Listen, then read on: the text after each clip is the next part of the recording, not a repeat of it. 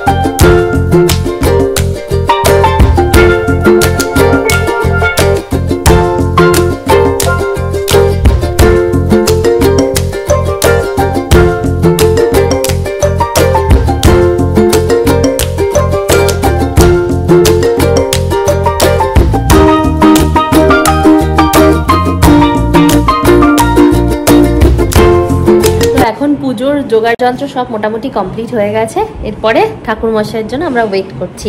তো দেখো, বেশিরভাগটাই মা করেছে, আমি তো সেরকম একটা পারি না, কিন্তু মাকে হেল্প করেছি। আমরা তো 11:30 থেকে ওয়েট করছি কখন আসবে জেঠু, মানে আমাদের যে বামন ঠাকুর পুজো করে। আমাদের যেহেতু সব পুজোই জেঠু করে তাই খুবই ঘরোয়া হয়ে গেছে, কিন্তু জেঠু আজকে অনেক পুজো ধরেছিল তাই জন্য যথারীতি দেরি করেই এসেছে, 1:10-15 হয়ে গেছে। কিন্তু তোমরা হয়তো জানো যে তিথি ছিল আজকে 1:53 অবধি শুভ সময়টা পুজোয় বসার।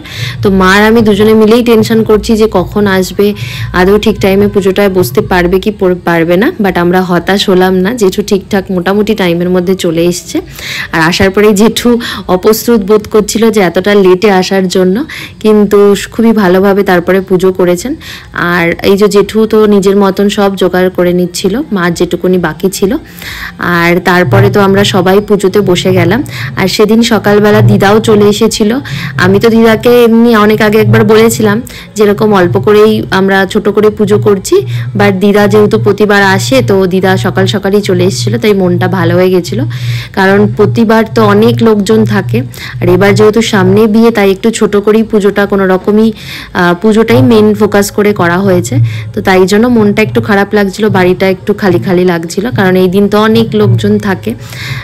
তো এইভাবে গেল সারাটা দিন, আমরা সব পুষ্পাঞ্জলি দিয়ে নিলাম। আর আমরা তো পুষ্পাঞ্জলি দেওয়ার পরে ওয়েট করে থাকি কখন মেন যজ্ঞটা হবে। তো তারপরে জেঠু পুরো পুজো টুজো করে নেওয়ার পর তারপরে যজ্ঞে বসলো। আর আমাদের এই ঠাকুর ঘরের সামনেটায় যজ্ঞ করলে না অনেকটা মানে অসুবিধা হবে, কারণ ভালোভাবে করা যাবে না, এই সামনেটা অতটা প্যাসেজ নেই। তাই জন্য জেঠু বাইরে এসেই, মানে আমাদের যেটা ডাইনিং রুম বলতে পারো বা ড্রয়িং রুম মেনলি, তো ওইখানেই যজ্ঞটা হয়েছে। আর খুব ভালো করে পুজো হয়েছে, মনটা তো ভরে গেল, অনেক দিন পর কোনো পুজো টুজো হলো বাড়িতে। আর তো এইভাবেই কেটেছে আজকের দিনটা। তো তোমরা দেখতে থাকো, আমি তোমাদের সাথে নেক্সট ক্লিপিংগুলো শেয়ার করছি কিভাবে কীরকম করে পুজো হলো।